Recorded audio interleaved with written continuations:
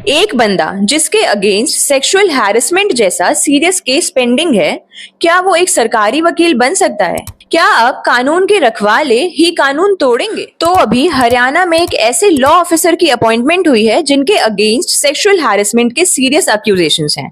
अब सवाल ये उठता है कि इतनी इंपॉर्टेंट कॉन्स्टिट्यूशनल पोस्ट पर बैठे बंदे का मॉरल कंडक्ट मैटर करता है या नहीं। तो हमारे कॉन्स्टिट्यूशन में लॉ ऑफिसर्स के अपॉइंटमेंट के लिए साफ साफ प्रोविजंस गिवन है।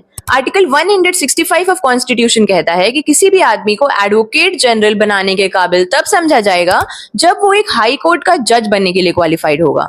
तो क्वालिफिकेशंस तो सेट हैं भैया, लेकिन मॉरल और एथिकल कंडक्ट का क्या? अब अगर हम बात करें हरियाणा के लोकल लॉज की, तो हरियाणा में ये ऐसा लॉ है जिसके अकॉर्डिंगली लॉ ऑफिसर्स की टर्म्स एंड कंडीशंस अपॉइंटमेंट की गवर्न होती हैं।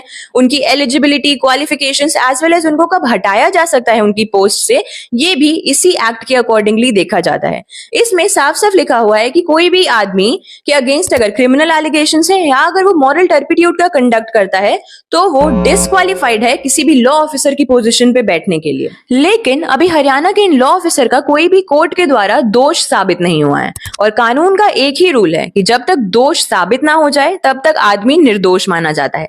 लेकिन जब भी इन इंपॉर्टेंट पब्लिक पोस्ट की बात उठती है तो उसमें लोगों का विश्वास और उस पोस्ट की गरिमा दोनों ही देखने चाहिए। तो आपका क्या मानना है कि जब तक किसी भी इंसान के अगेंस्ट ऐसे केसेस पेंडिंग हैं, क्या उन्हें ऐसी कॉन्स्टिट्यूशनल पोस्ट पर बिठाना चाहिए या नहीं? कमेंट बॉक्स में जरूर बताइएगा। और कानून को ऐसे ही जानने और समझने के लिए लॉ एट रीच को अभी फॉलो कर लीजिए।